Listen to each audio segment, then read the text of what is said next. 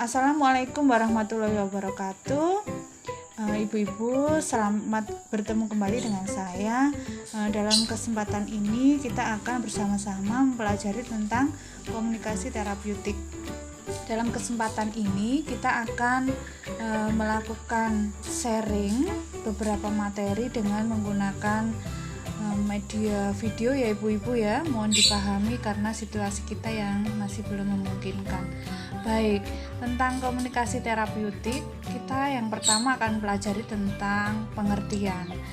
Pengertian tentang komunikasi terapeutik ini ada beberapa pendapat. Yang pertama dari Northouse dalam Suryani tahun 2006 yang menyatakan bahwa komunikasi terapeutik adalah suatu kemampuan atau keterampilan bidan dalam membantu klien beradaptasi terhadap stres, mengatasi gangguan psikologi, dan belajar bagaimana berhubungan dengan orang lain. Jadi ini menurut Northouse ya Bu.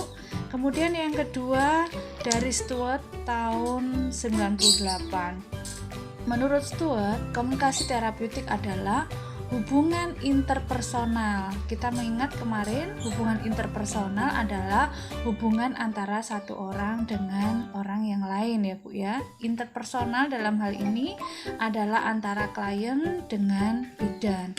Sehingga dari komunikasi tersebut bisa diperoleh pengalaman belajar yang sama baik dari klien maupun bidan dalam memperbaiki pengalaman emosional klien. Jadi komunikasi terapeutik ini ditujukan untuk memperbaiki pengalaman emosional klien. Kemudian yang ketiga adalah pendapat dari Uripni tentang apa itu komunikasi terapeutik. Menurut Uripni, komunikasi terapeutik adalah komunikasi yang direncanakan secara sadar. Kegiatan dan tujuannya dipusatkan untuk kesembuhan pasien. Jadi, ibu-ibu perlu kita ingat bersama ya bahwa komunikasi terapeutik ini tujuan akhirnya adalah mencapai kesembuhan dari pasien. Dari tiga pengertian ini kita bisa menyimpulkan bahwa komunikasi terapeutik adalah suatu keterampilan atau proses interaksi secara sadar yang dilakukan oleh bidan pada klien untuk beradaptasi terhadap gangguan. Jadi gangguannya bisa secara fisik maupun psikologi. Sehingga komunikasi terapeutik ini bisa membantu klien untuk mencapai kesembuhan atau mengatasi masalah-masalahnya. Ini tadi beberapa pengertian dari komunikasi terapeutik. Nah, setelah kita mengetahui komunikasi terapeutik, kita juga perlu tahu tentang kunci membangun komunikasi terapeutik. Ada beberapa kunci. Yang pertama adalah kejujuran. Jadi, dalam menyampaikan informasi, kita harus jujur. Tidak boleh mengada-ada. Informasinya betul-betul berdasarkan data yang ada. Kemudian yang kedua adalah lemah lembut, berbicara dan meyakinkan. Jadi pada saat menyampaikan informasi, bidan sebaiknya menyampaikannya dengan suara yang lemah lembut, tetapi meyakinkan, bukan lemah lembut yang seperti lemas tidak bertenaga, tetapi lemah lembut dalam hal ini agar tidak menyampaikan informasi yang bisa menyinggung perasaan dari klien. Yang ketiga adalah tata bahasanya jelas, ekspresif, dan tidak membingungkan. Jadi sebaiknya dalam komunikasi terapeutik kita menggunakan tata bahasa yang sederhana sehingga klien mudah memahami apa yang disampaikan oleh bidan.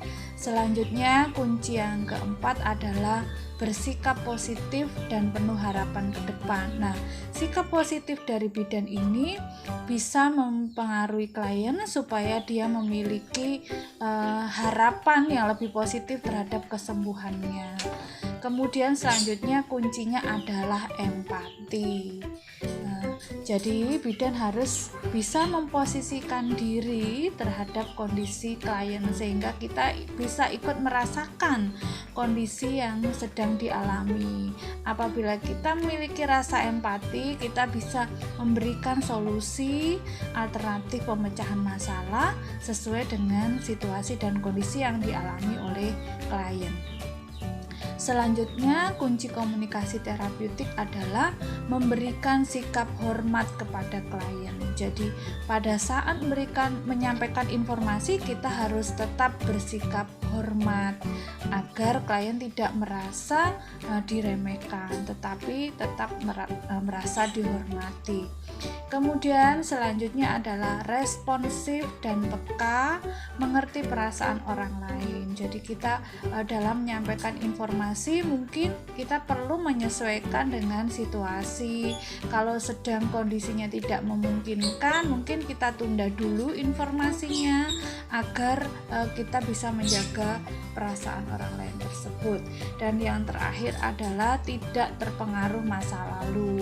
Misalnya klien memiliki riwayat penyakit tertentu atau mungkin punya suatu hubungan tertentu dengan bidan, sebaiknya tidak perlu terpengaruh dengan masa lalu ini, tetapi betul-betul komunikasi terapeutik ini disesuaikan dengan situasi kondisi yang terjadi saat ini, tentunya untuk menyelesaikan masalah yang dialami klien pada saat ini pula. Nah, setelah kita mengetahui tentang kunci dari komunikasi terapeutik, kita juga perlu tahu tentang tujuan kita memberikan komunikasi terapeutik. Ini ada 3 tujuan menurut Purwanto dalam Damayanti tahun 2008. Yang pertama adalah tujuan kita memberikan komunikasi terapeutik adalah membantu pasien untuk memperjelas dan mengurangi beban perasaan dan pikiran, serta dapat mengambil tindakan untuk mengubah situasi yang ada apabila pasien percaya pada hal yang diperlukan. Jadi tujuannya adalah kita bisa membantu klien mengurangi perasaan pikiran supaya dia bisa mengubah situasi tersebut. Kemudian yang kedua adalah mengurangi keraguan, membantu dalam hal pengambilan tindakan yang efektif dan mempertahankan kekuatan egonya. Jadi dengan komunikasi terapeutik nanti diharapkan klien bisa menentukan tindakan yang efektif. Keputusan ini bisa diambil tanpa keraguan-raguan. Jadi dia sudah yakin karena sudah mendapatkan informasi dari bidan. Yang ketiga, tujuan dari komunikasi terapeutik adalah mempengaruhi orang lain. Orang lain dalam hal ini adalah klien atau pasien. Sehingga dia bisa memahami kondisinya serta bisa menerima informasi yang kita berikan dengan tujuan kesembuhan tadi.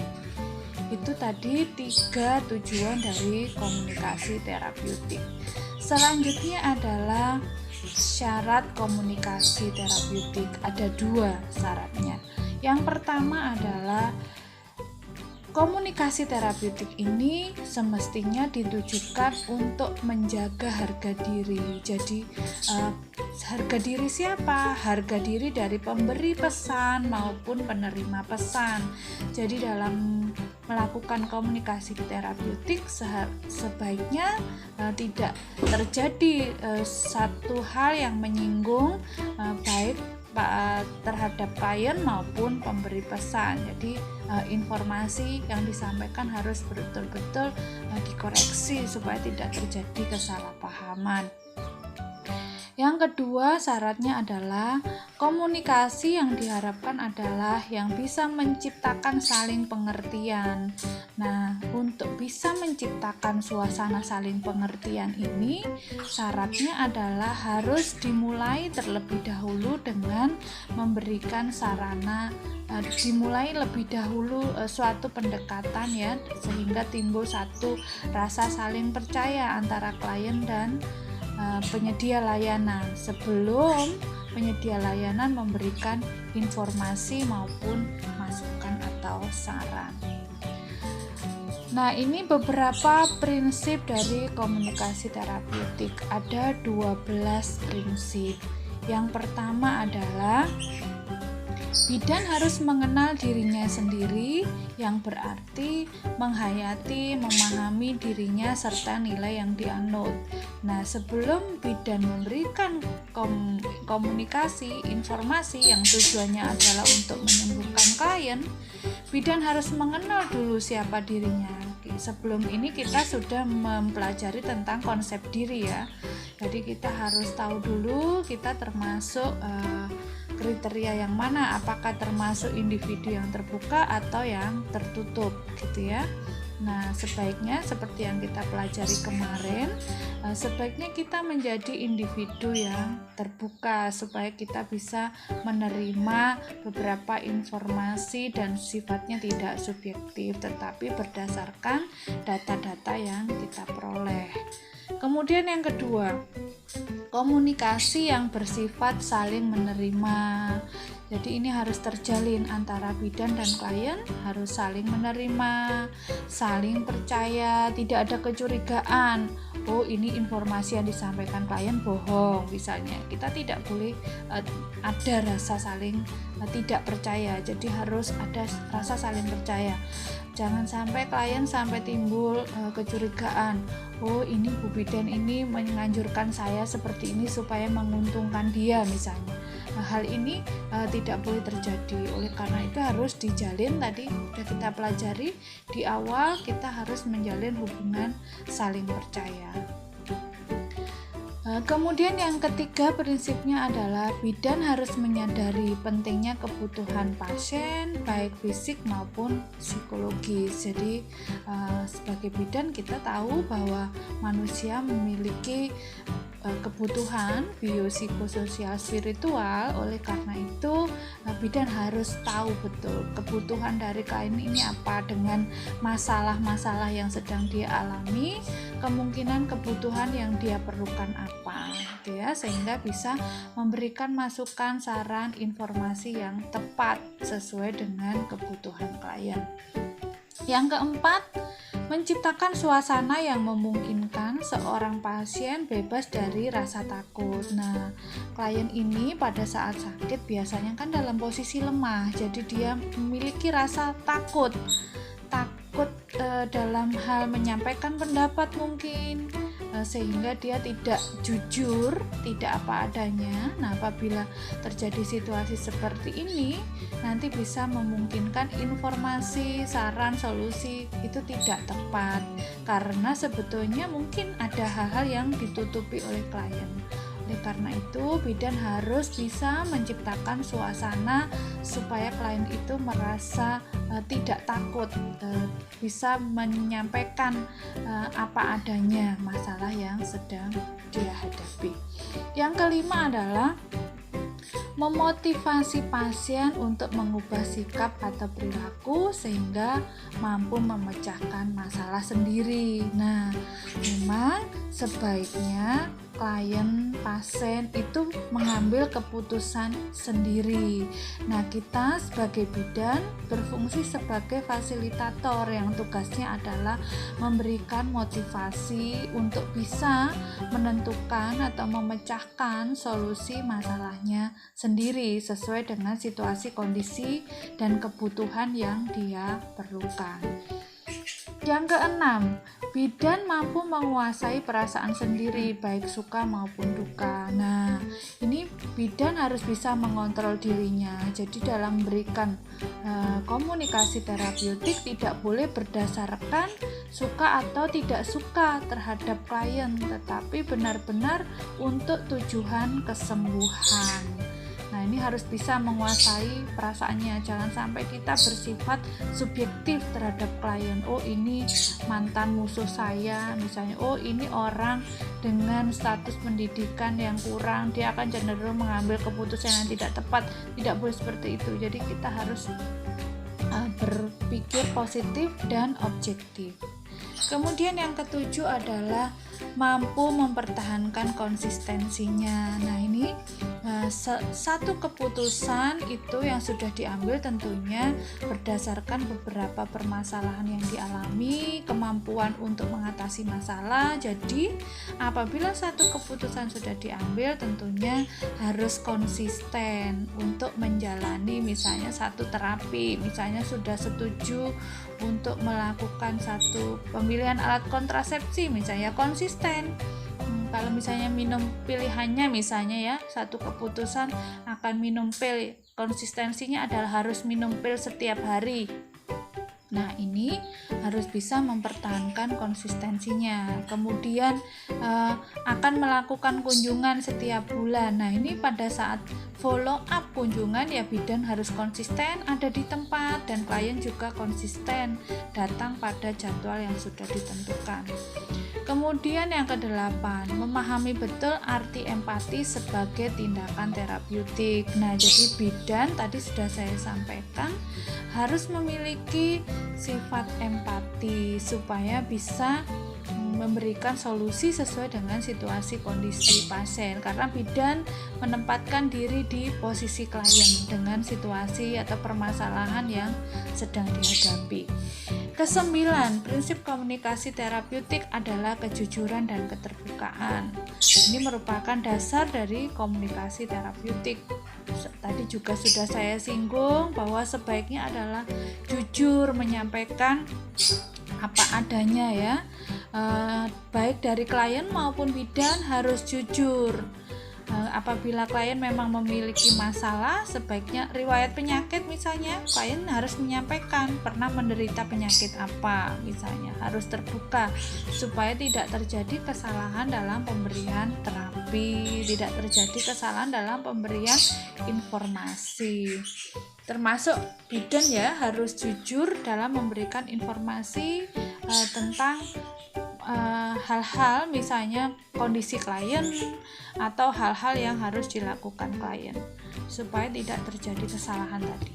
Yang ke-10 adalah memiliki kemampuan sebagai role model untuk mendapat keputusan dengan menolong orang lain. Nah, kita sebagai tenaga kesehatan dalam hal ini adalah bidan harus bisa menjadi contoh.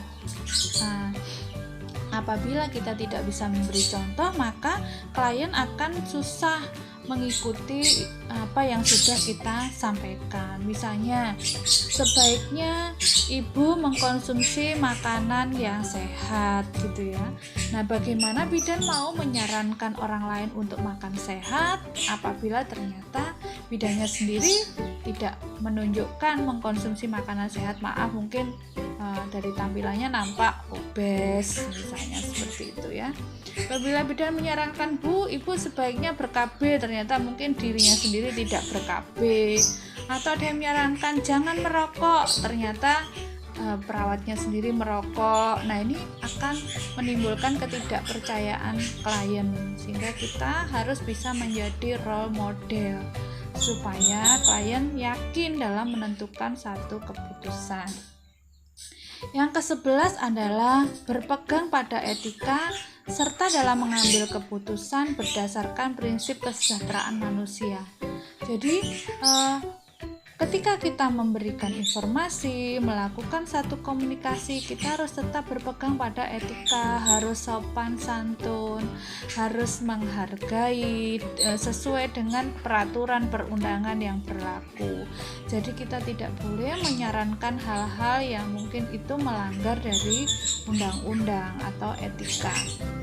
Kemudian yang terakhir adalah bertanggung jawab dalam dua dimensi. Dua dimensi ini siapa? Yaitu diri sendiri si bidan ya, dan pada pasien. Jadi informasi yang diberikan, komunikasi yang diberikan itu didasari pada tanggung jawab, baik tanggung jawab bagi diri bidan maupun pada klien. Oke, itu tadi kita sudah mempelajari tentang prinsip komunikasi terapeutik. Selanjutnya kita akan pelajari tentang 5 sikap komunikasi terapeutik ini menurut Egen dalam Gilead tahun 88. bagaimana kita bersikap pada saat memberikan komunikasi terapeutik? Yang pertama adalah sebaiknya kita berhadapan. Nah, saat ini kondisinya sedang pandemi COVID. Mungkin hal-hal ini tetap harus kita lakukan, tetapi dengan tetap menjaga jarak. Diupayakan untuk berhadapan, mungkin dengan jarak tertentu gitu ya, sesuai dengan protokol panduan COVID. Yang kedua adalah kontak mata. Jadi pada saat melakukan komunikasi, bidan sebaiknya melihat mata klien supaya terjadi satu komunikasi itu dari mata. Kita pernah dengar ya, mata itu jendela hati. Nah, jadi apabila kita melihat mata, dia merasa diperhatikan, merasa dihargai, didengarkan. Jadi perlu dilakukan kontak mata. Jangan sampai kita sedang berbicara dengan klien tetapi kita melihat di luar sana, melihat tempat yang lain. Jadi seperti tidak mengindahkan. Jadi harus ada kontak mata. Yang ketiga, membungkuk ke arah klien. Nah, jadi dengan membungkuk ke arah klien, kita menunjukkan sikap bahwa kita memperhatikan klien, betul-betul mendengarkan. Berbeda dengan kita menjaga jarak atau menjauh, seakan kita menolak atau tidak menerima informasi yang dia sampaikan. Nah, terkait dengan adanya pandemi COVID, saya kira tindakan ini pun tetap harus kita jaga jarak ya, tetap membungkuk ke arah klien tapi jaraknya tetap harus kita pertahankan. Yang keempat adalah memperlihatkan sikap terbuka. Nah, misalnya kita jangan sampai menyilangkan tangan, itu sikap-sikap tertutup ya, tapi kita membuka tangan jadi seakan kita menerima, mau mendengarkan informasi yang akan dia sampaikan, keluhannya, masalahnya. Yang terakhir adalah tetap rileks. Jadi meskipun kita mendengarkan informasi yang mungkin itu membuat kita tercengang atau kaget, kita tidak menduga, misalnya mohon maaf, misalnya ada informasi, iya Bu, saya hamil ini, saya hamil di luar nikah misalnya. Jangan sampai kita nampak terkejut, oh ya, jangan sampai ekspresi seperti itu. Kita tetap rileks, menerima, mendengar, karena kita juga harus bisa mengontrol diri kita sendiri. Kita harus tetap rileks dengan informasi apapun yang kita terima. Itu 5 sikap komunikasi terapeutik. Nah, setelah itu kita akan mengetahui tentang karakteristik komunikasi terapeutik. Yang pertama, komunikasi terapeutik itu karakteristiknya adalah keikhlasan. Jadi, bidan harus menunjukkan keikhlasan yang tinggi, baik secara verbal ataupun non-verbal. Secara verbal baik yang kita sampaikan maupun yang tidak kita sampaikan. Bahasa tubuh kita harus menunjukkan sikap keikhlasan yang tinggi. Dengan adanya keikhlasan ini, maka klien akan sadar dan mau mengkomunikasikan secara tepat. Bidan tidak akan menolak segala bentuk perasaan negatif klien. Misalnya dia menyampaikan bahwa dia sedang marah, dia sedang cemas, atau sikap-sikap negatif yang lain, bidan harus tetap bisa menerima. Bagaimana kita tahu bahwa manusia itu kan biopsikososial spiritual ya, marah itu wajar, memiliki emosi itu wajar. Jadi kita harus bisa tetap menerima perasaan negatif-negatif dari klien. Meskipun dalam situasi seperti itu, kita harus tetap berupaya untuk berinteraksi dengan klien. Bahkan apabila klien menolak berkomunikasi dengan kita, kita harus tetap berusaha terus menjalin hubungan saling percaya, menjaga harga diri, tetap harus kita pertahankan. Nanti apabila terus kita lakukan secara ikhlas, pasien akan membuka diri ya, dan dia akan timbul rasa percaya kepada bidan. Nah, ini butuh keikhlasan bagi para bidan ya untuk menerima situasi ini. Yang kedua adalah empati. Empati itu suatu perasaan tentang pemahaman dan penerimaan. terhadap perasaan yang dialami oleh klien dan kemampuan dalam merasakan dunia kepribadian klien ya. Jadi kita memahami, menerima gitu ya situasi yang dia alami. Nah, empati ini merupakan suatu yang jujur, sensitif, dan tidak dibuat-buat. Jadi kita nggak kita sampaikan, oh ya Bu, saya bisa memahaminya gitu, tapi jangan ngomong doang. Suara ayam. Maaf ya, ada suara ayam. Jadi kita harus memiliki rasa simpati. Oke. Selanjutnya adalah empati. Empati ini ada beberapa aspek. Yang pertama adalah aspek mental, yaitu memahami orang secara emosional dan intelektual. Kemudian empati yang berupa aspek verbal, yaitu pemahaman terhadap perasaan dan alasan reaksi emosi klien. Yang ketiga adalah aspek nonverbal, yaitu kemampuan menunjukkan empati dengan kehangatan dan kesejatian gitu ya. Ini bagaimana kita berempati itu bisa kita golongkan menjadi 3 aspek. Nah, ini adalah postur tubuh yang menunjukkan kehangatan. Yang pertama dari kepala ya. Sebaiknya posisi kepala sejajar sehingga bisa dilakukan mau duduk atau berdiri. Yang penting bisa memposisikan tinggi kepala yang sama. Yang kedua adalah kondisi wajah. Bagaimana kondisi wajah? Sebaiknya dahinya rileks, tidak nampak berkerut-kerut ya. Kemudian mata, gerakan mata sebaiknya natural, tidak seperti menelisik atau ingin tahu atau ingin mengorek sesuatu gitu ya, tapi biasa-biasa saja. Diposisikan kita sebagai pendengar yang baik, jadi mata kita juga akan nampak netral. Dari mulut, sebaiknya rileks, tidak cemberut, tidak menggigit bibir, tapi yang sebaiknya adalah tersenyum. Kemudian ekspresi, sebaiknya ekspresi bidan, rileks, tidak ada ketakutan ya, tidak menunjukkan satu hal kecemasan, tetapi menunjukkan adanya perhatian. Dari posisi tubuh sebaiknya berhadapan dan paralel dengan lawan bicara, sebaiknya berhadapan ya, tidak saling membelakangi, tentunya itu bukan menunjukkan komunikasi yang baik.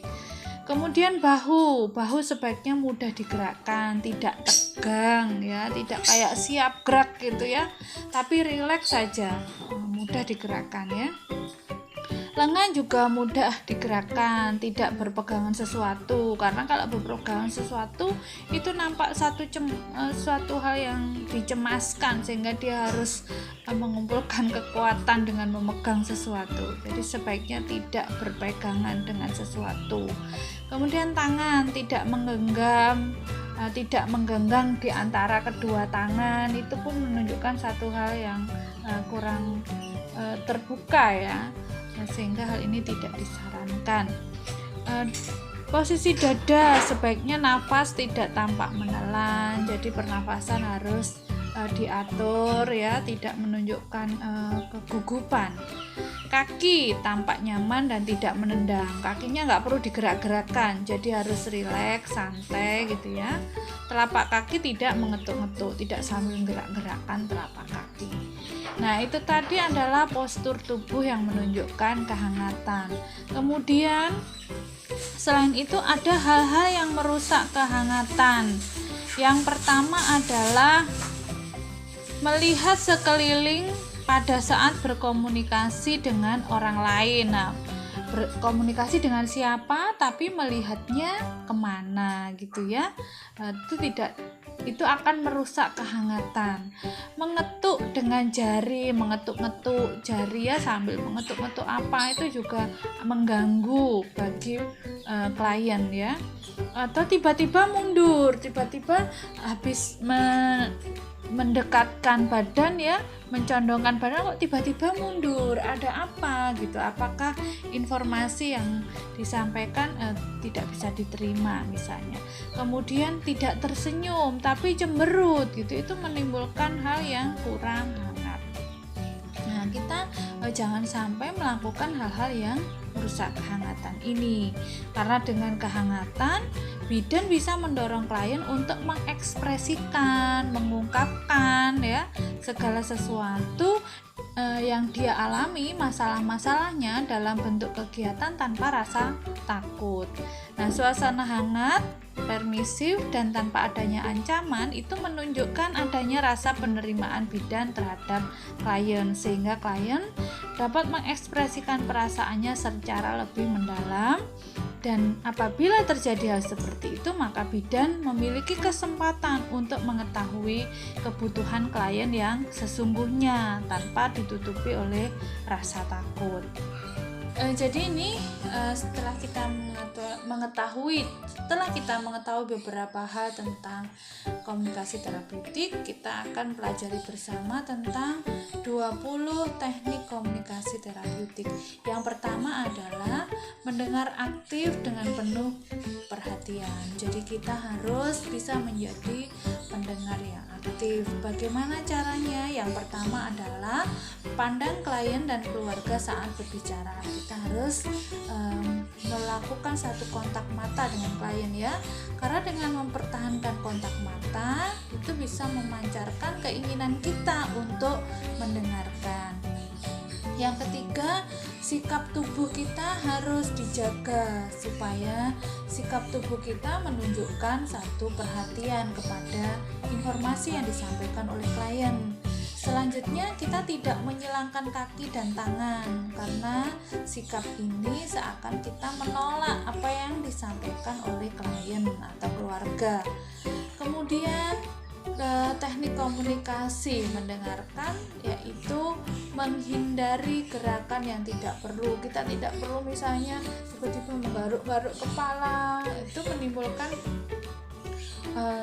hal itu sangat mengganggu sehingga seakan kita jengah, bosan dengan informasi yang disampaikan klien.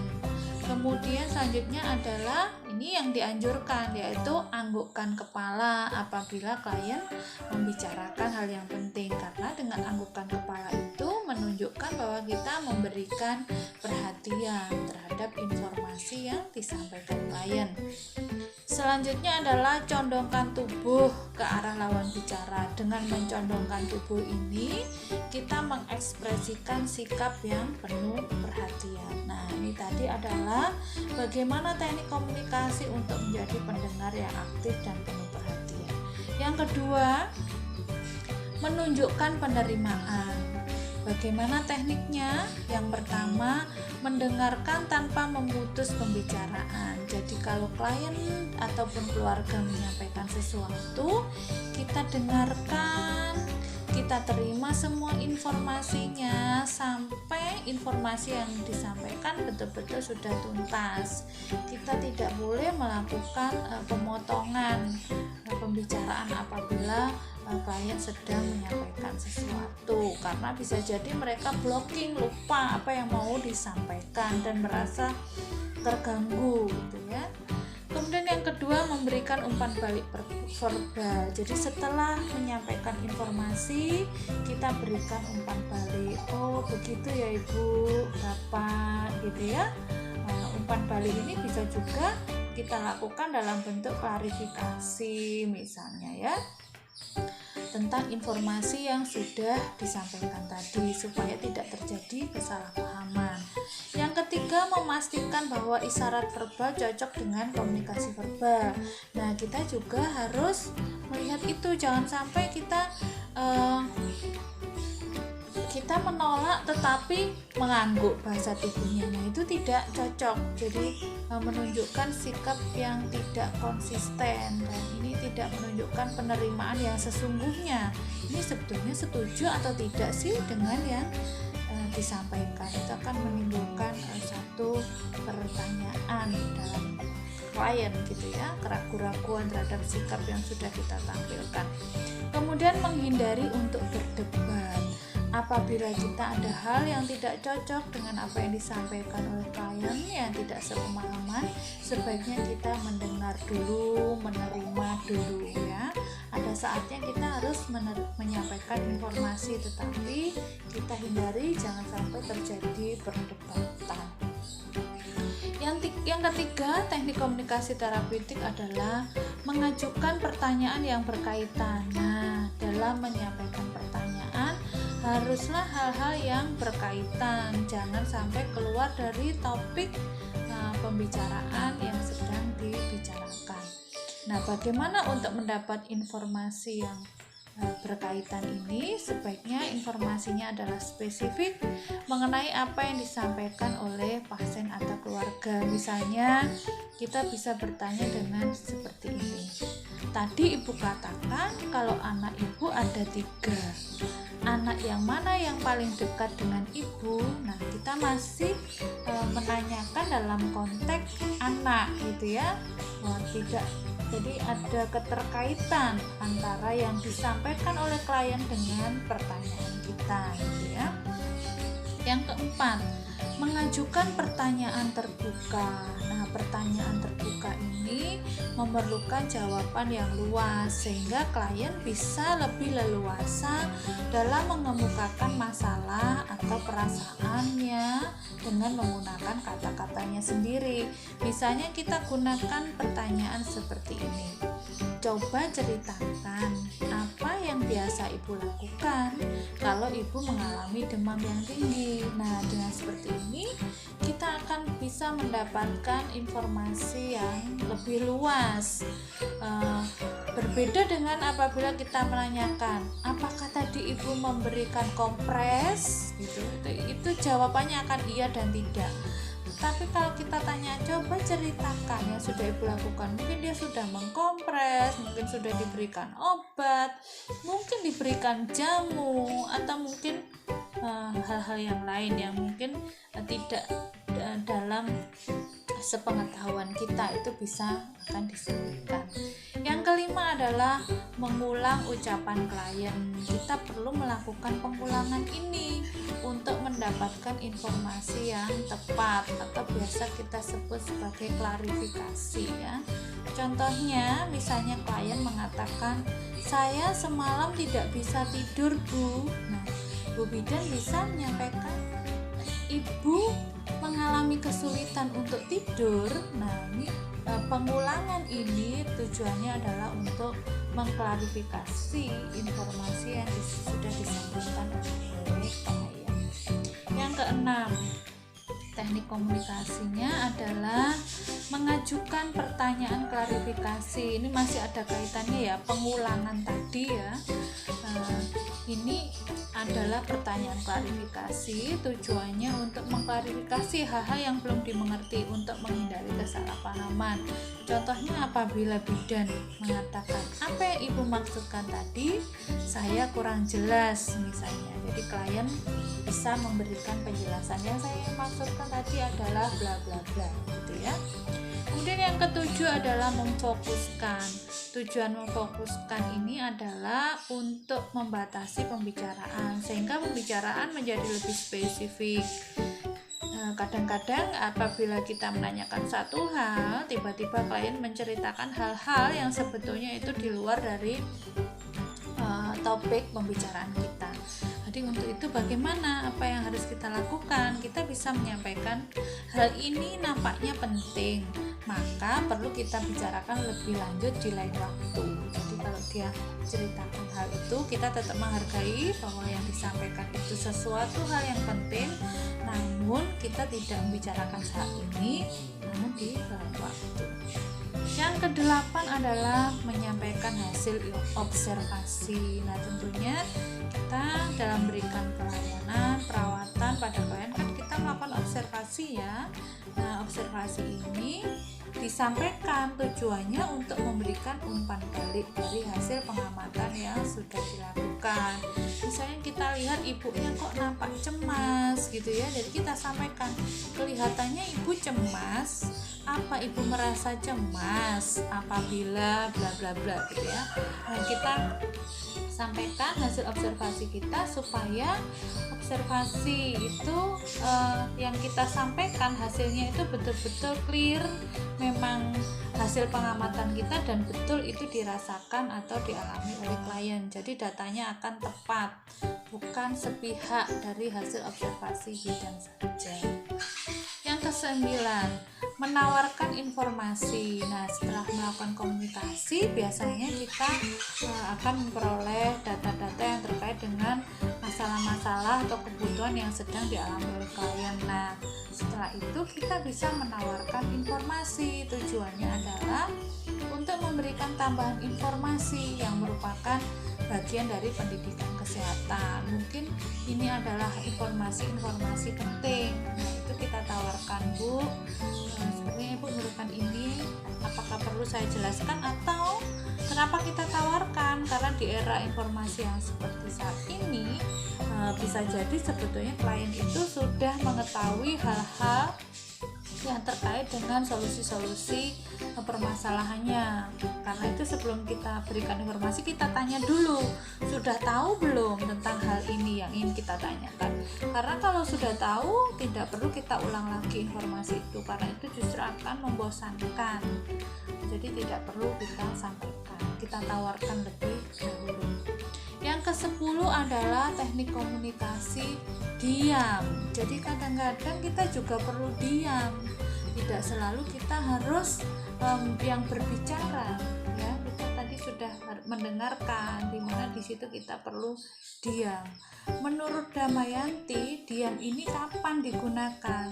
Ada saat-saatnya. Yang pertama, kita perlu diam untuk memberikan waktu pada klien mengekspresikan ide, tetapi mungkin klien tidak tahu bagaimana menyampaikan hal tersebut. Jadi kita beri waktu untuk dia menyampaikan ide-idenya. Jadi kita diam dulu, beri jeda waktu. Nah, diam ini juga dilakukan apabila bidan dan klien perlu mengorganisir pikiran. Mungkin sebelum mengambil keputusan, perlu ada komunikasi interpersonal, ya, berkomunikasi dengan dirinya sendiri. Bidan mungkin perlu bertanya pada dirinya sendiri, klien juga demikian, mana hal yang dirasa untuk menentukan keputusan itu yang tepat gitu ya. Jadi perlu waktu untuk diam. Yang ketiga, klien berkomunikasi secara internal dengan dirinya. Nah, ini seperti yang saya sampaikan barusan ya, mengorganisir dan memproses informasi yang didapat gitu ya. Jadi perlu waktu untuk itu. Yang ke-11 adalah meringkas. Jadi dari semua topik pembicaraan kita, bidan perlu melakukan satu kesimpulan, meringkas. Kenapa kita perlu meringkas?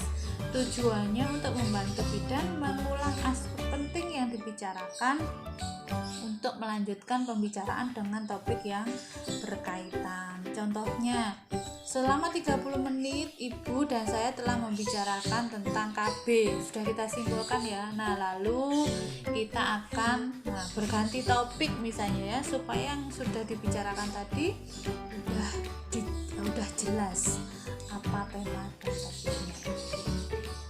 Yang ke-12 adalah memberikan penghargaan. Nah, dalam proses komunikasi ini, bidan juga perlu memberi penghargaan. Hal ini dilakukan apabila pasien sudah mengalami perubahan secara nyata. Apabila dari yang beberapa motivasi, informasi, nasihat, konseling yang sudah kita sampaikan, terjadi satu perubahan gitu ya, ternyata memberi perubahan yang positif, bidan perlu melakukan satu penghargaan. Misalnya saja pada saat kita mendatangi klien yang rawat inap pada pagi hari, kita bisa menyapa dengan selamat pagi Ibu, saya perhatikan Ibu Hani hari ini sudah rapi, sudah nampak lebih bersemangat daripada kemarin gitu ya. Itu adalah salah satu bentuk penghargaan. Kemudian yang ketiga adalah menawarkan diri. Ini perlu juga dilakukan dimana apabila menawarkan diri ini bidan tidak boleh ada tendensi ya harus tanpa pamrih dan hanya menyatakan kesediaan diri. Contohnya adalah, bolehkah saya duduk di samping ibu untuk menemani ibu beberapa menit. Jadi menawarkan diri untuk mendengarkan informasi yang akan dia sampaikan itu tanpa pamrih, dengan ikhlas ya. Yang ke-14 adalah memberikan kesempatan pada klien untuk memulai pembicaraan. Jadi tidak selalu bidan yang mendahului, bisa jadi klien yang duluan menyampaikan. Hal ini bertujuan untuk memberi kesempatan kepada klien untuk memiliki inisiatif dalam memilih topik. Contohnya, bidan bisa mengatakan, adakah sesuatu yang akan Anda bicarakan? Jadi meminta klien untuk menyampaikan terlebih dahulu. Yang ke-15 adalah menganjurkan untuk meneruskan pembicaraan. Teknik ini bidan bisa menganjurkan klien mengarahkan hampir seluruh pembicaraan yang mengindikasikan bahwa klien sedang mengikuti pembicaraan dan merasa tertarik dengan apa yang akan dibicarakan. Nah, sebagaimana kita tahu, mungkin klien sudah memiliki informasi, sudah memiliki pemahaman dan pengetahuan, jadi kita bisa mempersilahkan klien yang melanjutkan topik pembicaraan kita ya. Yang ke-16, menempatkan kejadian secara teratur. Menempatkan kejadian secara teratur akan membantu bidan dan klien untuk melihat dalam satu perspektif. Bidan akan menentukan pola kesukaran interpersonal dan memberikan data tentang pengalaman yang memuaskan. Nah, contohnya misalnya bidan bertanya gini, kapan kejadian tersebut terjadi atau apakah yang terjadi sebelum dan sesudahnya, sehingga terjadi satu pemahaman yang sama antara bidan dan klien terhadap satu kejadian itu kapan tepatnya terjadinya. Misalnya kalau terkait dengan profesi kita adalah hari pertama hari terakhir misalnya. Jadi kita pastikan kapan hari pertama hari terakhir tersebut terjadi gitu. Apakah setelah apa gitu ya, setelah ibu apa melakukan hal apa atau sebelum apa gitu ya. Misalnya kapan ketuban pecah, atau misalnya kapan ketuban pecah, apakah setelah ibu di rumah sakit atau selama masih di rumah, misalnya seperti itu. Kita harus memperoleh informasi itu tepat secara teratur kapan kejadiannya. Yang ke-17 adalah menganjurkan klien menguraikan persepsi. Menganjurkan klien untuk menguraikan persepsi ini bisa dengan meminta klien menyampaikan apa yang sedang dirasakan dan dipikirkan, supaya kita tahu sebetulnya persepsi klien terhadap suatu keadaan itu seperti apa. Yang ke-18 adalah refleksi, artinya mengarahkan kembali ide, perasaan, atau isi pembicaraan. Contohnya, misalnya klien menyampaikan, suami saya ditelepon tidak bisa, padahal saya akan melahirkan, saya akan bicara dengan suami. Kata klien seperti itu, bidan bisa merefleksi, jadi ini yang menyebabkan Anda marah gitu ya. Apakah benar gitu, merefleksi apa yang disampaikan oleh klien. Nah, ini hampir sama dengan klarifikasi ya, untuk mencegah terjadinya kesalahpahaman tentang hal yang dialami klien dan persepsi bidan. Yang ke-19 adalah asertif. Kita sebaiknya memiliki sikap asertif. Apa itu asertif? Asertif adalah kemampuan untuk meyakini dan nyaman untuk mengekspresikan pikiran dan perasaan dengan tetap menghargai orang lain. Jadi menyampaikan apa adanya ya, tapi tetap harus menghargai orang lain. Jadi misalnya rasa suka atau tidak suka itu boleh saja diekspresikan, tetapi tetap dengan menggunakan bahasa yang menghargai orang lain. Ini adalah sikap asertif. Tidak boleh misalnya tidak nyaman tapi mengatakan nyaman, tidak apa adanya, itu akan menghalangi proses komunikasi terapeutik. Jadi harus asertif. Dan yang terakhir adalah humor. Humor adalah hal yang penting dalam komunikasi verbal karena humor ini bisa mengurangi ketegangan dan stres sehingga bisa mendukung keberhasilan dalam memberikan asuhan kebijakan. Nah, apabila diselingi humor ya, maka ada hormon katekolamin itu akan terangsang sehingga orang itu akan merasa lebih sehat setelah bercanda gitu ya. Dan ini bisa meningkatkan toleransi nyeri. Jadi habis bercanda gitu rasa nyerinya mungkin berkurang dan kecemasan juga ikut berkurang, serta ini bisa meningkatkan relaksasi dan meningkatkan metabolisme tubuh. Jadi kita bidan juga harus bisa bergurau, bercanda, memberikan humor dalam komunikasi terapeutik kita. Oke, saya kira itu yang bisa saya sampaikan terkait dengan teknik komunikasi terapeutik. Nah, saya kira sampai di sini dulu, sampai ketemu lagi dengan sesi kita selanjutnya. Oke, Ibu-ibu, saya akhiri. Assalamualaikum warahmatullahi wabarakatuh.